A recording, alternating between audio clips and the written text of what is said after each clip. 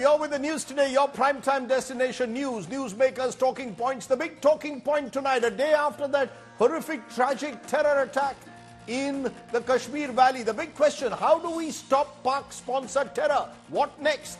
Should we also be rethinking cricket matches with Pakistan? We'll be raising that and more with voices from both sides. Also, Omar Abdullah, the National Conference leader, former Chief Minister, is among our special guests tonight on the way forward. But first, as always, it's time for the 9 headlines at 9. Hunt continues for Lashkar terrorists behind the killing of 3 brave hearts during an anti-terror operation in Anantnag. Lashkar commander cornered, joint security operations underway. Prime Minister Modi hits out at the opposition India bloc in poll-bound Chhattisgarh over the Sanatan Dharma remark. Says India alliance anti-Hindu aims to end Sanatan in India.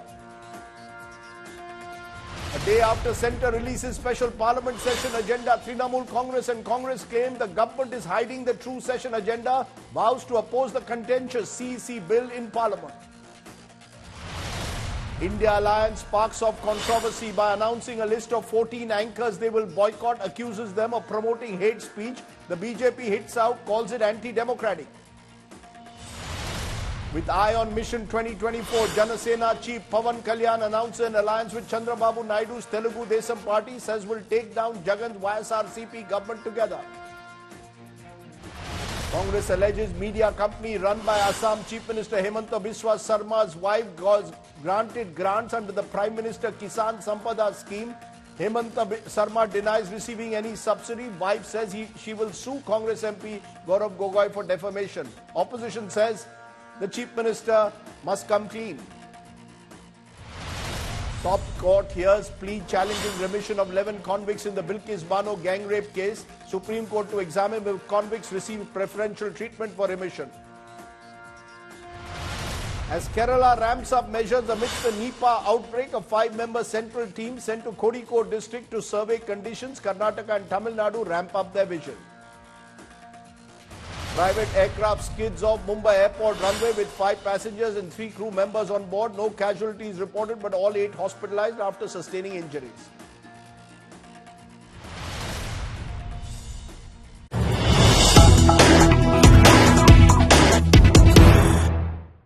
But the story we are breaking is the follow-up to that terrible terror attack that took place in Anantnag yesterday, in which 3 senior Indian officers, 2 army and 1 police were killed. The hunt now continues to nab the Lashkar terrorists behind that operation. A joint security anti-terror operation is still underway in Anantnag. The terrorists have been trapped and Lashkar Chief Uzair Khan has been cornered. GOC 15 Corps and GOC Victor Force closely monitoring the operations. Drones including herons have been pressed into action. That operation carrying on there in Anantnag at the moment. Now, while the operation carries on, politics has erupted over the Anantnag martyrs. The opposition training its guns on the BJP, questioning the celebration of the G20 summit on a day soldiers were killed in the terror attack. While former Chief Minister of Jammu and Kashmir, Farooq Abdullah, has once again called for talks with Pakistan, Union Minister VK Singh has called for Pakistan to be isolated on all fronts. It's our top story. The Narendra Modi government is under fire. The opposition is hauling the government over the coals, accusing it of insensitivity towards the army and police officers who died in the Anantnag shootout with terrorists. The India bloc has attacked the BJP for celebrating the success of the G20 summit on Wednesday at a time when an encounter was going on in Kashmir. The opposition is accusing Prime Minister Modi of ignoring the deaths of Colonel Manpreet Singh, Major Ashish Dhonchak and DSP Humayun Bhatt. हमारे प्रधानमंत्री के ऊपर Bharatiya Janata party के कार्यकर्ता full बरसा रहे, त्याची बात है G20 का सक्सेस, लेकिन उसी वक्त कश्मीर में टेररिस्ट हमारे जवानों के ऊपर गोलियां बरसा रहे थे। कल हमारे जवानों की शहादत हुई, यकीन मानिए प्रधानमंत्री जी और उनकी पार्टी जश्न मना रही थी। It could have waited. The BJP has hit back at the opposition. छी जो लोग ये कह रहे थे उनको डूब के मर जाना चाहिए और संवेदनहीन लोग को कहने का कोई नैतिक ताकत नहीं। Meanwhile, former Jammu and Kashmir Chief Minister Farooq Abdullah has once again called for talks with Pakistan to resolve terror. लड़ाई से अमन नहीं आता है, बातचीत से अमन आता है। आज जो ये हुआ है, क्या ये दिखाता है कि आतंकवाद कम हुआ है? किसको ये उल्लू बना रहे हैं ये कहकर? दोनों मुल्कों को वो घमंड छोड़ देना चाहिए और टेबल पे आके बात करनी चाहिए। The Kashmir leader's demand has drawn a sharp reaction from the Modi government, which follows a policy of no talks till terror ends. There are also calls for boycotting cricket with Pakistan. अगर उसके ऊपर दबाव डालना है तो उसको अलग थलग करना पड़ेगा। उनको पता चलना चाहिए कि आप नॉर्मल चीजों के अंदर हमारे साथ रिश्ता तब तक नहीं कर सकते जब तक आप खुद नॉर्मल नहीं हो। अब इंडिया पाकिस्तान का मैंने तो हमेशा विरोध किया है कि जब आतंकी माहौल बनाती है पाकिस्तान तो उनके साथ किसी तरीके का संवाद नहीं होना चाहिए। स्पोर्ट्स ग्राउंड पे हो या किसी सोशल ग्राउंड पे हो, किसी कल्चरल ग्राउंड पे हो या किसी तरीके का बायलैटरल रिलेशनशिप हो। The Modi government has consistently maintained that terror attacks have come down ever since Article 370 that gave Jammu and Kashmir special status was scrapped. The latest terror strike in Kashmir poses a new security challenge for the Jammu and Kashmir administration. Bureau Report, India Today. And joining me now, my first guest is the former Chief Minister of Jammu and Kashmir, Omar Abdullah, joins us. Omar Abdullah, we are once again seeing terror attacks taking place that have, in a way, once again shown that Pak-based terror, the machine is still there. What, according to you, is the way forward? This, every time we think that the terror machine has been conquered, it rears its ugly face again. I don't know why you've been led to believe that the terror machine has been conquered. It hasn't. Attacks in Jammu and Kashmir, whether directed against the security forces or directed against minority populations or even members of the majority population in J&K, have continued all through. It's only the propaganda of the central government, ably assisted by the same propaganda machinery in Jammu and Kashmir, that has tried to sell you a different story. Otherwise, please tell me, what period of time has there been since 2019 when you haven't seen attacks of this nature? In fact, I'll go further and say that even those areas which prior to 2017-18 had been cleared of militancy, and I'm particularly referring to the hill areas of Jammu, Rajouri, Poonch area, you've seen fairly serious militant engagement in those areas as well. So this terror machinery hadn't been conquered. This was simply propaganda that had been sold to you that 370 was the root cause of terror, and if 370 was eradicated, terror would go away. It's not going to happen. But 370 was not the cause of terror, and what they did on the 5th August, But the fact, Omar Abdullah, I'm just looking at numbers. The Jammu and Kashmir Director General of Police, DGP Dilbagh Singh, says in April 2023, number of militants now are at an all-time low in Jammu and Kashmir in recent years. They give figures about terror attacks before Article 370 abrogation was 763, that came down in the last couple of years to 519. They're not over, but according to the government, they've come substantially down. They're in a better position today than they were a couple of years ago. The fact is, as I said, the terror machine has never been fully conquered. Please, Rajdeep, one sec. No, exactly, but every year you've had numbers come down. When I was Chief Minister, I distinctly remember that every year the number of militant attacks or terror attacks during the 6 years that I was Chief Minister showed a declining trend. I'm sure the same is true for the year or so, or the couple of years that the PDP and the BJP were together in Jammu and Kashmir.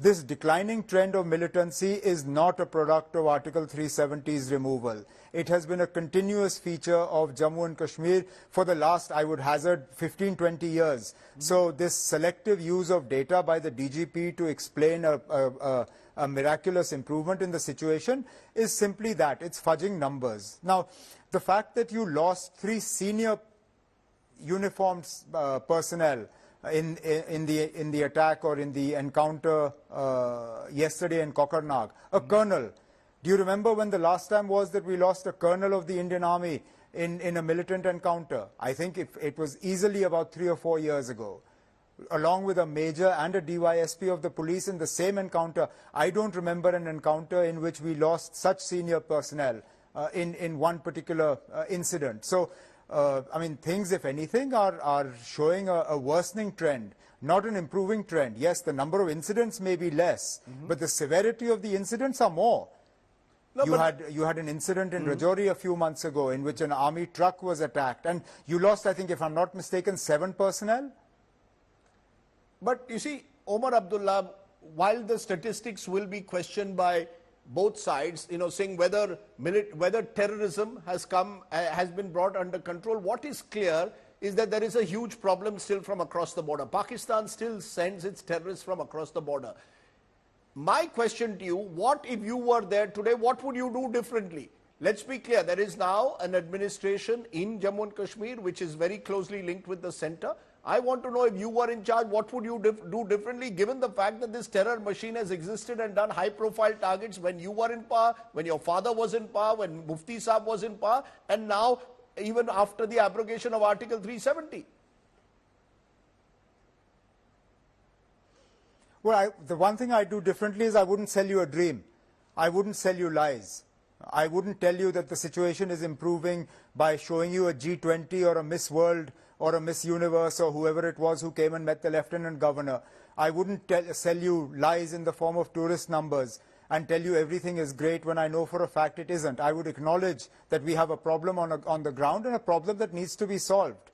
That there is obviously, there are gaps in our counter-terror or our counter-militancy grid that allowed for something like this to happen. That there are gaps on the line of control that is allowing for these people to cross, that they're still able to get weapons and arms and ammunition across. That, I mean, the fact that this government has continuously sold you a dream that there has been a miraculous improvement in the situation is the first thing they need to step away from. The improvement, they say, look at the numbers of tourists tourism numbers in Jammu and Kashmir. They are bringing in investments, they say, into Jammu and Kashmir. And therefore, they say this is a gradual process. It's not going to happen overnight. Yes, there are terrible attacks like the one that happened yesterday, both in Anantnag and Rajouri. But you've got to be a little bit more patient.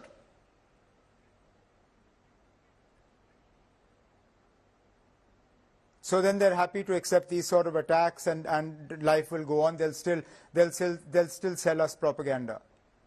If that's the way they want it, then that's fine. But then they should remember that situations like this have existed in the past. No, Rajdeep, they can't blame parties like mine for a situation that existed before 2018 and now suddenly turn around and say, well, these things happen and it's all right.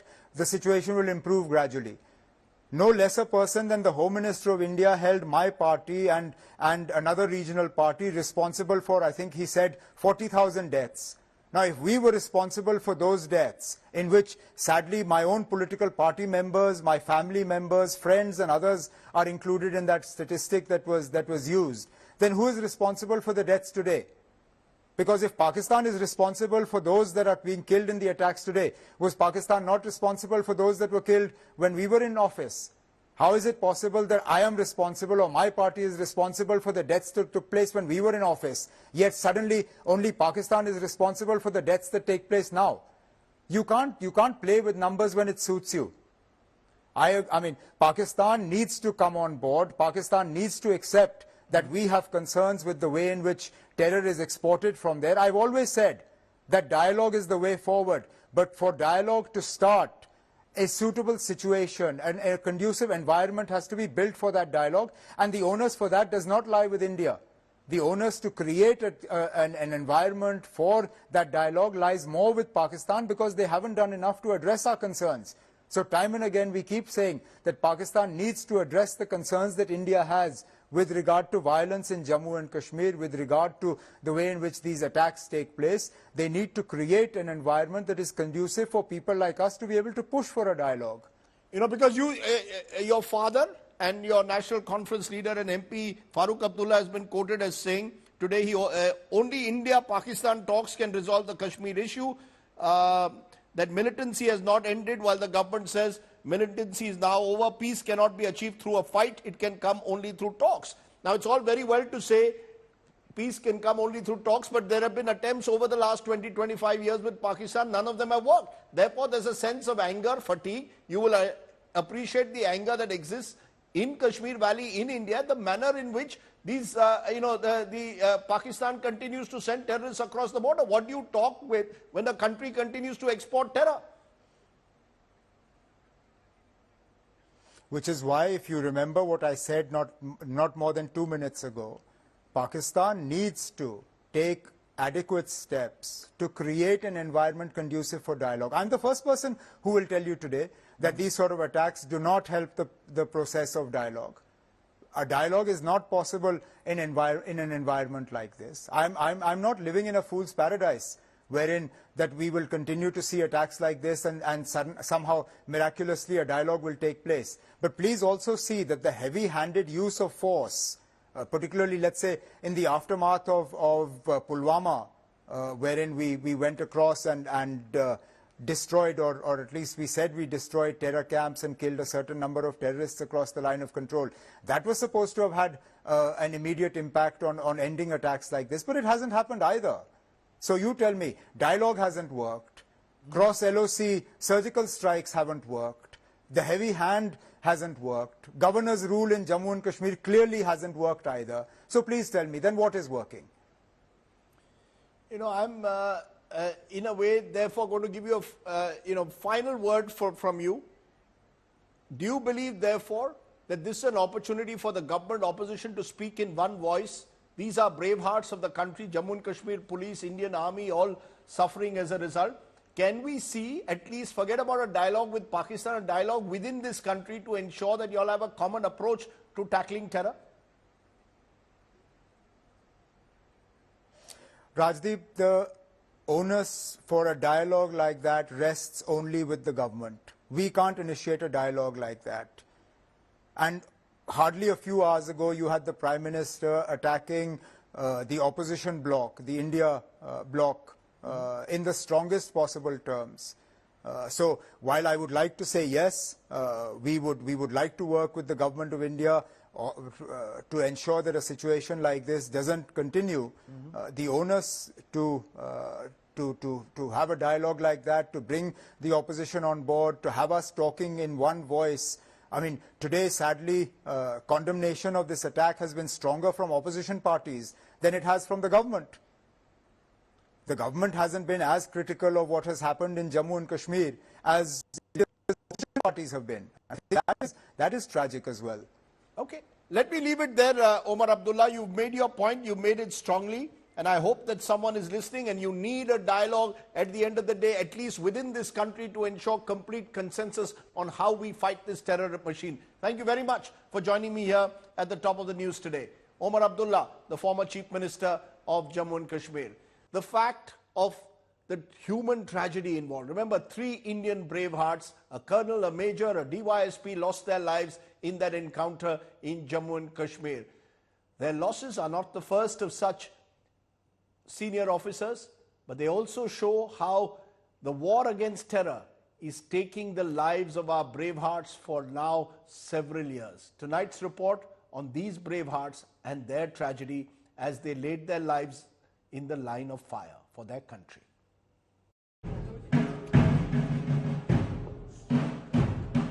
Former JNK DIG Ghulam Hassan Bhatt is composed and dignified in grief as he pays tribute to his son, Deputy Superintendent Humayun Bhatt. The DSP's death in the encounter with terrorists in Anantnag has left the valley in shock. A sea of mourners turned up on Thursday to pay their respects to Bhatt, whose mortal remains, draped in a tricolour, arrived at his village in Budgaon. Awaiting him was his wife, who stood with their 2-month-old daughter in her hands. The 29-year-old Jammu and Kashmir police officer had got married just last year. Mohali is in mourning. Colonel Manpreet Singh was commanding the 19 Rashtriya Rifles Battalion in the counter-insurgency operation when he was killed in action. Colonel Singh, who was recently honoured with a gallantry award, had been serving the army for the last 17 years. He is survived by his wife Jagmeet Grewal and 2 children, 6-year-old son Kabir and 2-year-old daughter Bani Kaur. This entire family which is engulfed in grief, and this grief is not just limited to this family but this village, the entire state and perhaps the entire country. You can see the sort of emotions. There's not a single eye which is dry. Obviously, this is a huge setback for the family. Last time राखी पे बात हुई थी, सुबह बात हुई थी. Next month उन्होंने आने की बात कही थी. अपने बेटे के बर्थडे पे उन्होंने आना था शायद. और 8-9 months रह गए थे इस पूरे उसमें यूनिट में 19 RR में. इसके बाद शायद उन्होंने अपनी पेरेंट यूनिट में चले जाना था. मेरे मदर जो है स्पेशली वो गिन गिन के दिन देखते थे कि चलो ये भी निकल गया मंथ, ये भी निकल गया मंथ, कि चलो 7-8 महीने रह गए, निकल जाएंगे. Major Ashish Dhochak's mother says she has vowed not to shed tears. Her son died a hero fighting terrorists. मेरा बेटा सारे देश का बेटा था, सारे देश का अच्छा हिस्सा था मेरा बेटा, सबका प्यारा था मेरा बेटा. मैं ना रोऊं, मैंने अपना बेटा पाल का देश ताई दे दिया था. मन तो पाल का अपना बेटा देश ताई सौंप दिया था. Major Dhochak has left behind his wife Jyoti and 3-year-old daughter Vamika. अगर आतंकवाद हमारे 2 बच्चों को शहीद करके जाता है तो हम उसके 4 करते हैं, 5 करते हैं, उससे कोई फायदा नहीं मिलने वाला. इसका बिल्कुल सफाया होना चाहिए. The Resistance Front, a shadow group of the Pakistan-based Lashkar-e-Taiba, has claimed responsibility for the Anantnag terror attack. The forces are vowed to avenge the killing of the brave hearts. India salutes the sacrifice of the heroes. With Kamaljit Sandhu and Manpreet Sehgal in Mohali and Ashraf Wani from Srinagar, Bureau Report, India Today. Let me come to Ata Hasnain first as a military man. What do you believe is the answer? Given the fact that there are these high-profile terror attacks that continue every few months, do you really believe, Omar Abdullah believes that the terror machine is intact, Article 370 has made no difference? What's your view? Do you believe that things are better? And how should we be responding? Thank you, Rajdeep. Thank you for inviting me for your show. And I start by expressing my very deep regrets at the loss of lives of all 3 officers. And I hope that these operations will go to a logical conclusion where we will eliminate the terrorists who were involved in this. As to your questions, let me be very transparent. You see, I've been to the valley only last month and a month before that. I repeatedly keep going there as I'm the Chancellor of the Central University of Kashmir also. I meet the people, I meet officials, I meet the Lieutenant Governor himself, and I look with the army, I do a lot of reviews with the army. I have a very clear opinion on this. Last 4 years, the situation has taken a drastic turn for the towards normalcy. Anyone to claim that the situation is normal today would be a fallacy. These situations are not cut and paste overnight solutions. A brave decision was taken on 5th of August, but it's going to be a very slow process. Stone throwing has been cut down. Many networks which existed here. A very anti-national media network, lots of financial networks, many of the narcotics networks, the overground worker networks, many of these have been neutralized, marginalized, but have not been completely removed. All these things carry on. Strength of terrorists today estimated to be 60 to 100. This is going to remain at about 60 to 100. Local recruitment has been reduced to the barest minimum at the moment. I'm told only 7 to 8 young boys have joined this year. So things are on the positive side, no doubt about it. But for Mr. Abdullah to say that we should talk to Pakistan under these circumstances, no, I do not agree with that. No, Omar Abdullah didn't say that. To be fair, that's what his father said. Omar Abdullah said you need to create. Omar Abdullah said you need to create. Pakistan needs to create conditions for a dialogue. Absolutely. I'm so sorry about that, but I didn't hear the full statement from Mr. Abdullah. But yes, Mr. Farooq Abdullah said this this morning. I am of the opinion that we have to do our homework to a great extent. Ensure that the issues on which these acts of terror ride, the whole campaigns ride, have to be neutralized in a very, very effective and efficient way. We are doing it, but no one should expect that this will happen overnight and everything we will be able to get rid of overnight. Right. We will be able to reduce the footprint of terrorism, which we have already done. but it's going to take you a fairly long time to achieve anything which you may call normalcy as such. Abdul Basit, you heard Lieutenant General Atta Hasnain saying, look, the terror machine exists and you cannot turn a blind eye to the fact that this terror machine is sponsored from across the border. The Lashkar-e-Taiba continues to operate out of your country. These are groups which have been there has been evidence brought against them for 26/11, for other terror attacks, but the machinery is not being stopped. So unless you stop the pipe, you're going to continue to have these terror attacks in Kashmir. Does Pakistan recognize what it's doing to itself and thereby, dare I say, to the Kashmir Valley? Thank you very much. I think it is absolutely delusional on the part of Indians to think that Kashmiris would ever give up their struggle for the right to self-determination. It is absolutely delusional as far as I am concerned. Kashmiris are resolved to continue with their struggle. Until time they get their political right, their human right, they are not going to give up their struggle. Sir, but Abdul Basit, with due regard, it is also delusionary to say that terror modules in Pakistan are not feeding this machine. Let's be clear. You cannot now. How long are we going to live in denial, Mr. Basit? Somewhere. Ambassador Casey Singh. It was during his time that Pakistan, India established a joint anti-terrorism mechanism. And it is India which continues to refuse to invoke that mechanism, unfortunately. Pakistan has always offered India to have international investigations, joint investigations. But India continues to show intransigence and stubbornness when it comes to Kashmir. So it is trying to build a narrative around the Kashmiri struggle as terrorism. That is very unfortunate. Hence, all your, So where are the guns coming? For God's sake, sir. I mean, let's be honest. So this is now, thousands of people have died over 30 years for us now to go back to live in denial anymore. But that is not the root cause. The root cause is India's denial to Kashmiris their right to self-determination. So you come to the negotiating table, discuss that, and allow Kashmiris to determine their future, their So, but the root cause is also you will agree surely that the support for violence is also a major part of this. You have to accept that unless that stops, you cannot have 26/11 like attacks or indeed what happened in Anantnag. And there are a series of attacks that has to end. Remember, you might remember, just a minute, sir, you were there, I think. Yes. You might remember that after there was this attempt to build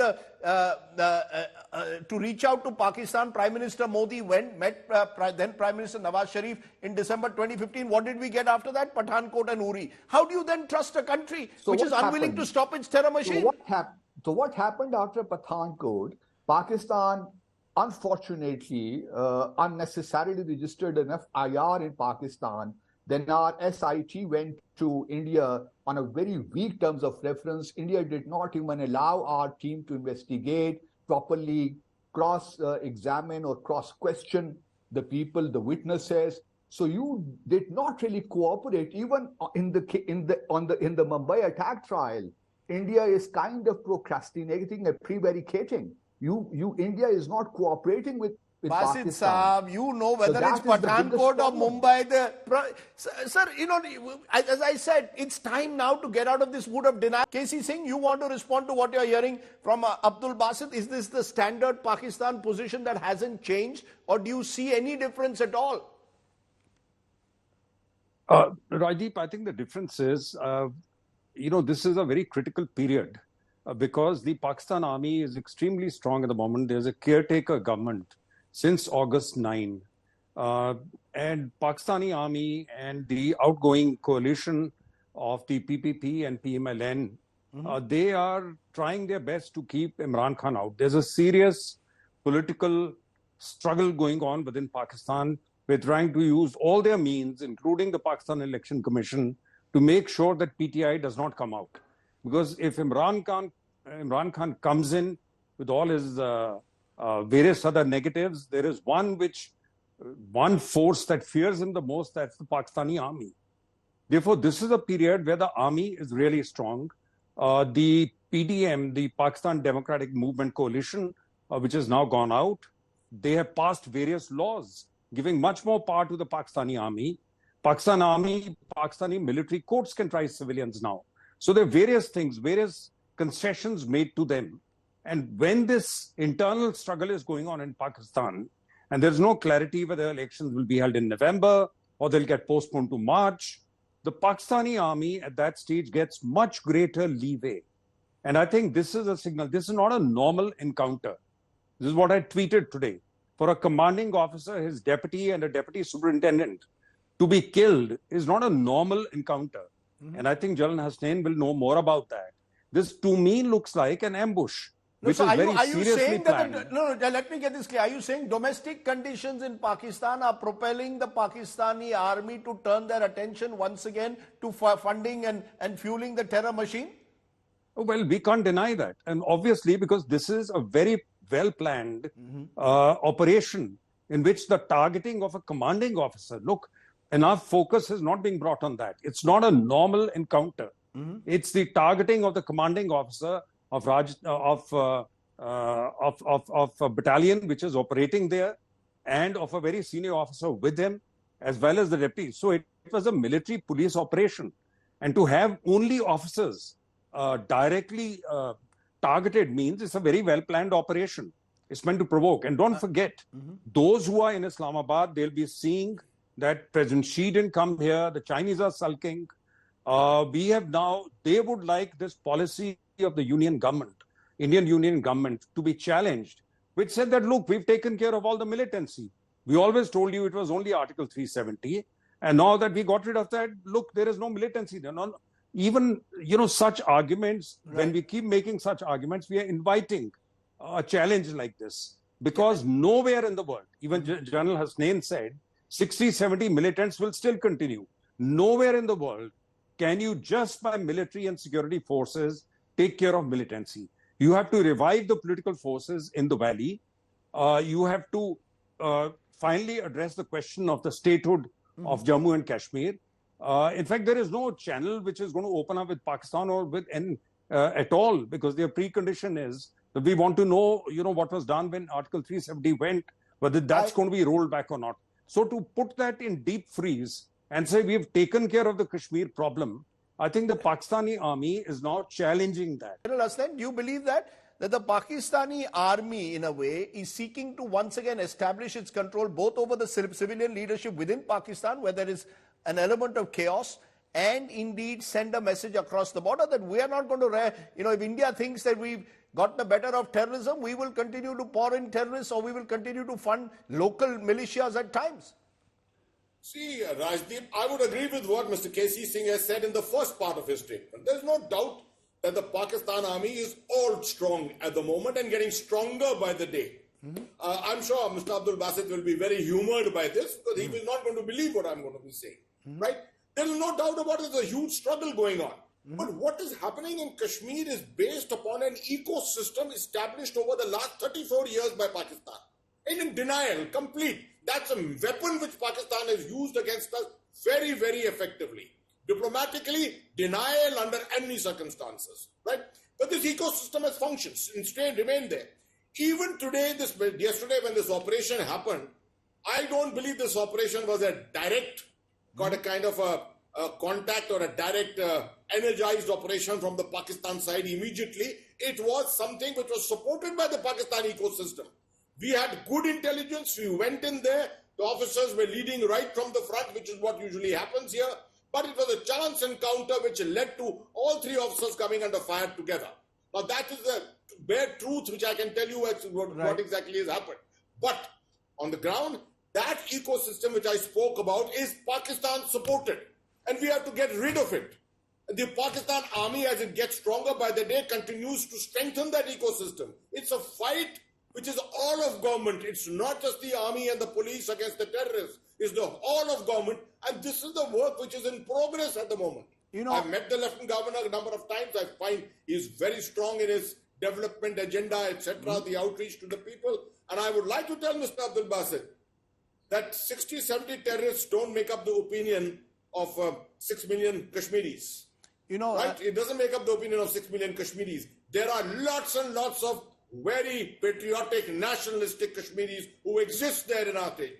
It is just the nuisance which is being created by Pakistan with a select elements inside the valley. We have neutralized your separatists, most of them. We have neutralized most of the overground workers. It is just the supported terrorists which continue to remain there, and I'm sure they will be wiped out in the near future. You know, Abdul Basit, there is a sense of desperation that seems to have come within Pakistan, is the general belief, at least this side of the border, that Pakistan's army is getting increasingly desperate, both to try and consolidate its position within Pakistan, and also in some way reignite the Kashmiri fires, because those have died down in recent years. Do you concede in some way, Abdul Basit? Surely, I mean, you can't live in denial. I'll recall, I went to Pakistan in 2018 to cover Kartarpur, and in Rawalpindi we met the DG ISPR. He was openly defending Hafiz Saeed. Now, how can a government defend someone who's a most wanted terrorist, not just by India, but across the world? That's the problem. You have allowed these snakes in your backyard. Rajdeep, I think India is in denial. You have put the entire Hurriyat leadership behind bars, and then you say everything is hunky-dory in occupied Jammu and Kashmir. For God's sake, release all those Hurriyat leaders, and you will see what the sentiment in occupied Kashmir is. For God's sake, you guys have been claiming that the situation has been consolidated post 5th August 2019, and all of a sudden you guys have realized that, oh no, there is internal turmoil in Pakistan. No, we guys have seen a G20 summit being held in, sir, with due regard, we've seen a G20 summit being held in Srinagar. We've seen tourism coming up. Pakistan can't handle any normalcy in Kashmir. The situation is indeed the same. Otherwise, you have restored the statehood. You have held the elections in occupied Jammu and Kashmir. You have released the Hurriyat leadership. You have removed the draconian laws from occupied Jammu and Kashmir. The fact of the matter is you could not have done or taken the single step towards that direction. Clearly shows that India is in denial. And let me tell you that Pakistan and India, they need to settle the Kashmir dispute once and for all. If you think that you can consolidate your hold on occupied Kashmir, you are simply mistaken about, you perhaps do not know the hearts and minds of the Kashmiri people. And what are they up to? Okay, we'll obviously have, and sadly, it's almost deja vu. We've done these debates in a way over the last 2 decades, and I want to go right across the table one more time to look at where do we, for solutions. KC Singh, some are suggesting, let's cut off all ties with Pakistan. Pakistan shouldn't even be, the cricket team shouldn't be allowed to come into India. Is that a solution? I mean, we've had previous times where we boycotted Pakistan cricket teams. We continue to not engage with them in bilaterals. The terror machine doesn't stop. Is that a solution? We've already, in a way, brought down the level of our diplomatic engagement. What is the solution, according to you, to stop the terror machine? Look, I think part of the problem is arising because BCCI realizes the close nexus between BJP and the BCCI at the moment. We know through the son of the Home Minister, who's the General Secretary, so there's an immediate nexus. Now, a distinction has to be made between bilateral series and, say, World Cup, or you are having a South Asia Cup. Now, if there's a regional series, it's not really the right thing to do to be sabotaging all links within South Asia. Because if you say we'll not play with Pakistan, that means South Asia Cup can't be played. And if you say you can't play Pakistan in the World Cup, then why are you hosting the World Cup? Other countries will say we'll shift the World Cup from there. Now, you can't have World Cup at all. You can't be just... could we do with Pakistan very quickly what was done during the apartheid years with South Africa, as a view being expressed? Just try and create a global pressure by cutting off sporting contacts. Well, you'll have to make all the other countries that play, you'll have to go to ICC. Whether ICC are willing to boycott Pakistan or not. It may not succeed. I don't think this argument will be maybe acceptable to the other countries. In 30 seconds, what's your solution? And then I'll go to Abdul Basit. My solution is that you can keep a restriction on bilateral tours, but as far as your World Cup or South Asia Cup or multinational tournaments are concerned, I think we are a large country.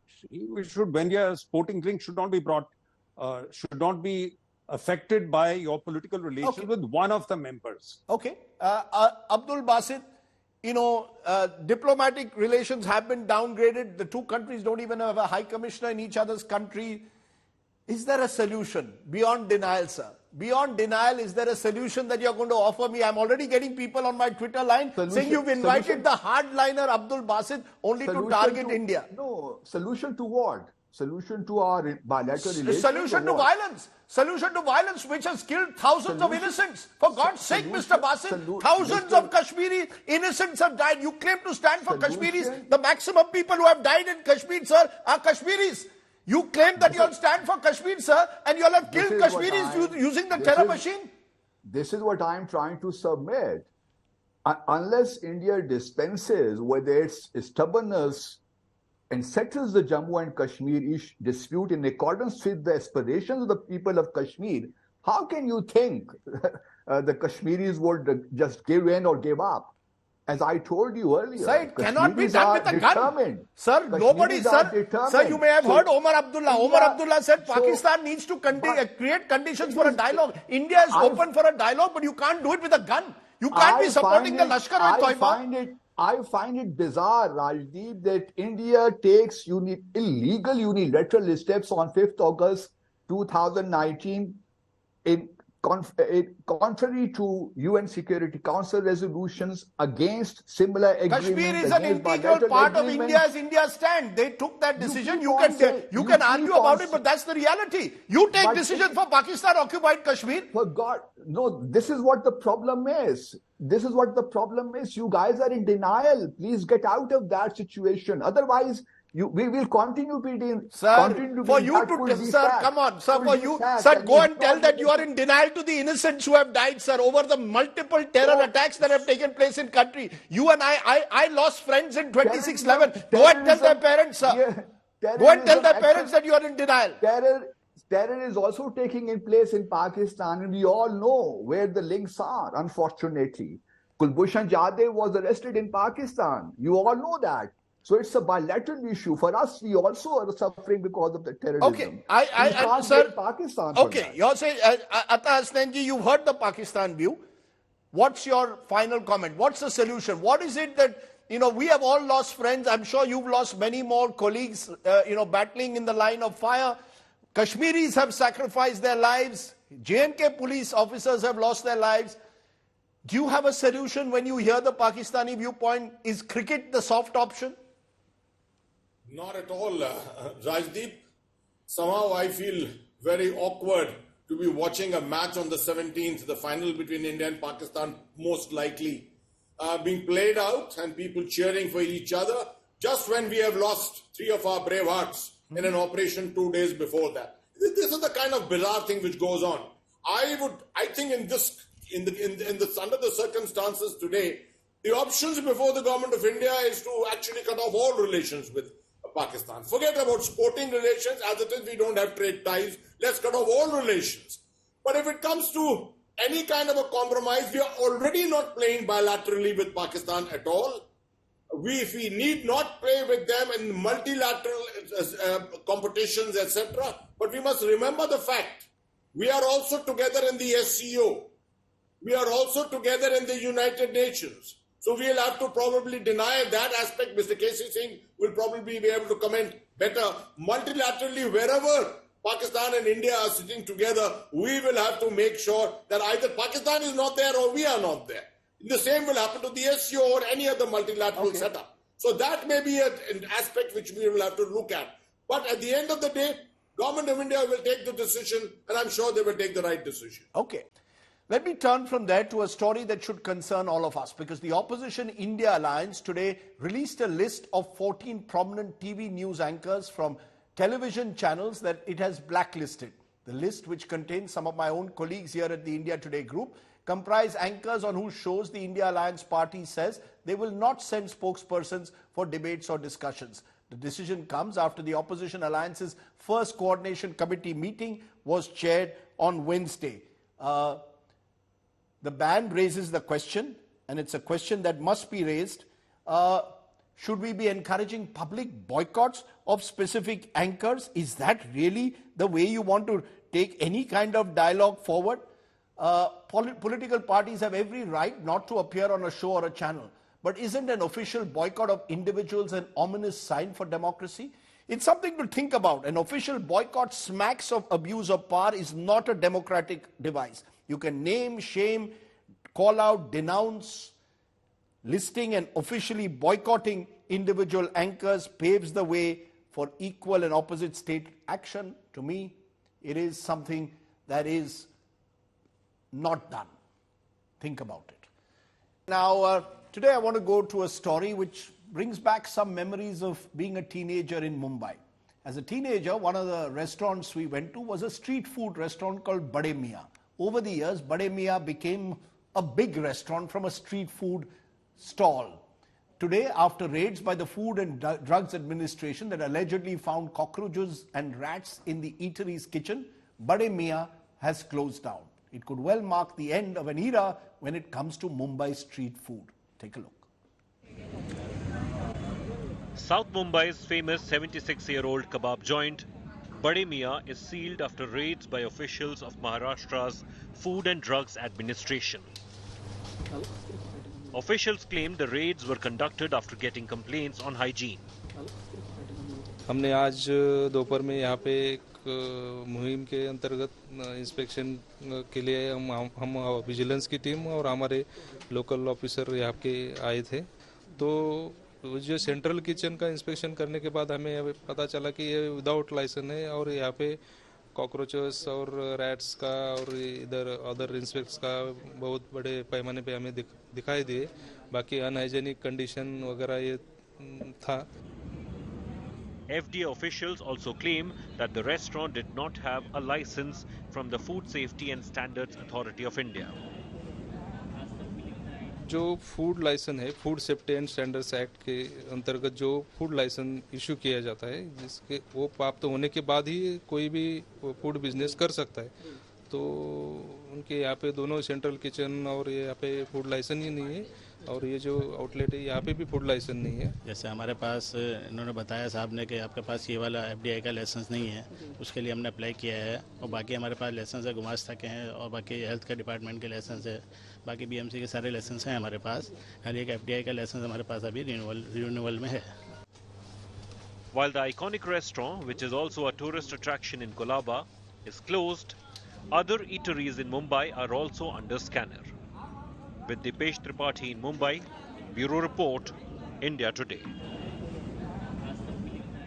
Bade Mian's Baida Roti may be a thing of the past. Let's leave you with our images of the day. In fact, all the way from Madrid, Spain, glimpses of West Bengal Chief Minister Mamata Banerjee jogging on the streets of Spain and then playing Hum Honge Kamyab on the accordion. West Bengal Chief Minister is on a 12-day tour of Spain and the United Arab Emirates. She's known to be quite a singer. She's playing the accordion there. Enjoy. Thanks for watching. Stay well, stay safe. Good night, Shubhratri.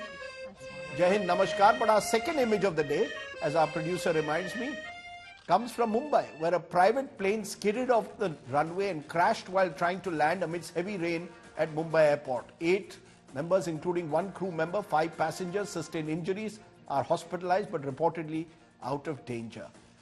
Thanks for watching. Stay well, stay safe. Good night, Shubhratri. Jai Hind, Namaskar.